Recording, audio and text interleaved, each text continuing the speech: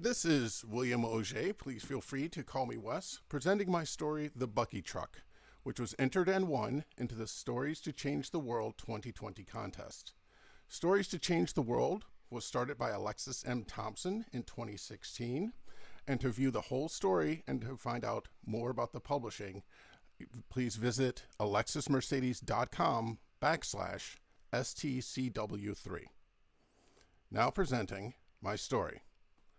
The Buckytruck by Wes Auger. It was time. The sun was up, the dew was dry, the birds were flying. Sunlight fell onto a vehicle. The exterior of the vehicle was a geodesic framework with all of the capsules and engines held inside the frame. It had 4 large, thin wheels. The roof of the vehicle was covered with a living roof garden of short grass and small, colorful flowers. Bees and butterflies flitted about them. A plaque on the vehicle displayed the icon of swooshing green lines. The biggest word on the plaque was Buckytruck.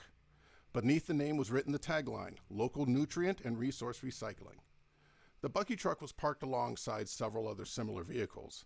At each Buckytruck, a team of 2 walked around the truck, kicking the tires, looking in hatches, reading digital control panels here and there.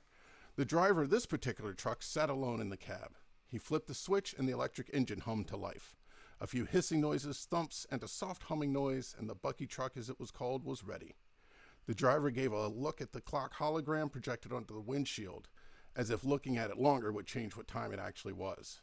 He looked at the empty seat next to him, looked out the driver's side window. Unsurprising, of the people in the central lot, none of them were his partner running over to him late. He thought about his day, determination etched onto his face. He pressed his foot down on the throttle, and with a pneumatic hiss, the Buckytruck began driving forward. The Buckytruck was now parked in front of a beautiful, handcrafted cob home surrounded by a thick orchard of fruit trees. Several children ran around laughing.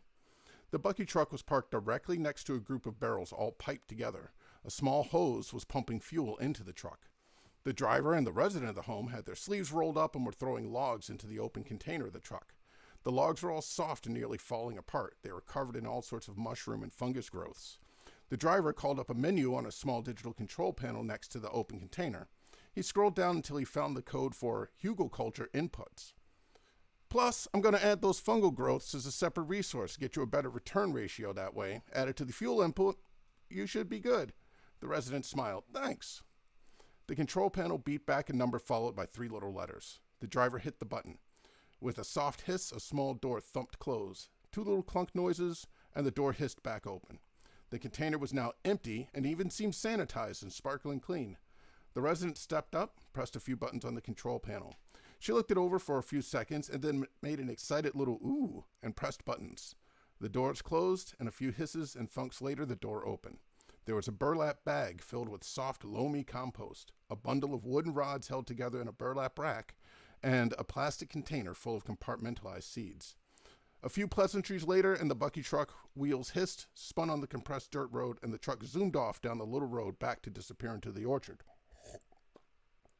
A left curve here, a right curve there, and the compressed dirt road became a road composed of clay tiles, each imprinted with a handprint filled in with driven down dirt pressed into it, and grass poking up here and there.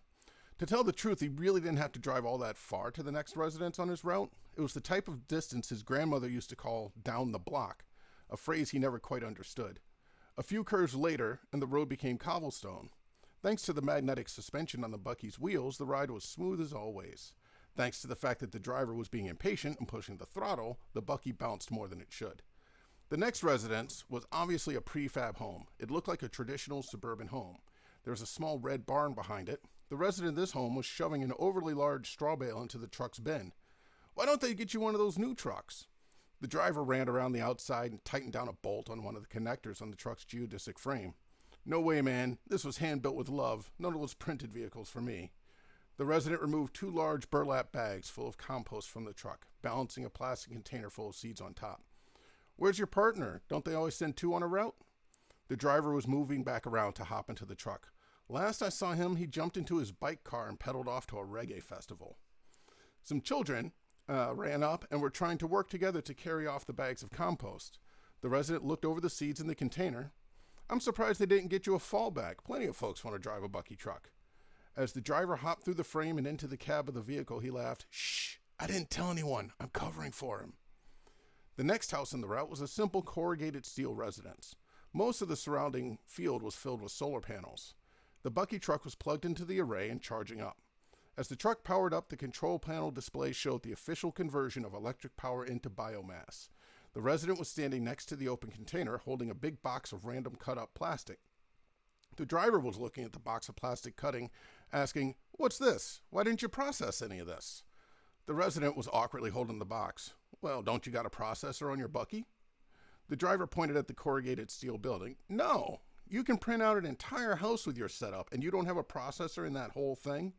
The resident harumphed and got indignant. "A processor? No, I don't need one. I only use prepared plastic. I'm not putting scraps into my system." The Bucky hissed on down a road cut through a small thicket of woods. The driver was looking at the clock and doing math in his head. He was pushing the speed past what was safe for this type of terrain. The collision warning beeped every once in a while. He looked at the empty seat next to him and then at the clock. He gave himself a satisfied grin and kept on. The next resident was holding a small cardboard box filled with fish wrapped in tissue paper. It reeked of dead fish. The driver had his hands up as if being robbed. "I'm sorry, but if you have an infection in your aquaponics, I can't take those." The resident fussed.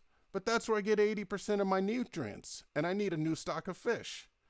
"But I can't exchange for infected biomass. It could spread to the whole truck." "Look, I'll report it and see if I can get a specialist out to fix it for you." "All right, in the meantime, I know somebody on this route got a pretty large aquaponics set up. I'll see if they can bike you down some guppies later." The resident hung his head dejected. The driver gave a defeated harumph. All right, tell you what. Let's grab some rakes, sweep up some of your yard cleanings, and throw them in and weigh them. If I do that, I can at least get you a seed exchange. It just won't come with the fertilizer mass." They worked as fast as they could. It gave enough time for a steady stream of bees and butterflies to circulate from the garden on top of the truck with the landscaping around the resident's house. He was pushing the throttle again. The wheels hugged the terrain of an all-dirt road, no kind of paving whatsoever. The driver's face was skewering into a rictus of annoyance when suddenly a flock of birds descended down onto his Bucky. The small flock clamped onto the geodesic frame and hung on for a ride. The birds all started singing and whistling. The driver couldn't help it. He was trying to be annoyed, but instead began whistling along with their singing, his Bucky skidding along the dirt path. It was approaching sunset when the Buckytruck pulled back into Central Lot. The driver stopped on the scale that weighed the vehicle. The foreman told the driver that the total weight was off, but another truck was over, so they could just balance them out. The Buckytruck hissed one final hiss for the night. The driver hopped out of his Buckytruck and onto his own bike car. Tired but satisfied with the job well done, he pedaled off in search of his own reggae festival, even if just for one night. After all, tomorrow was another day on the route. The end.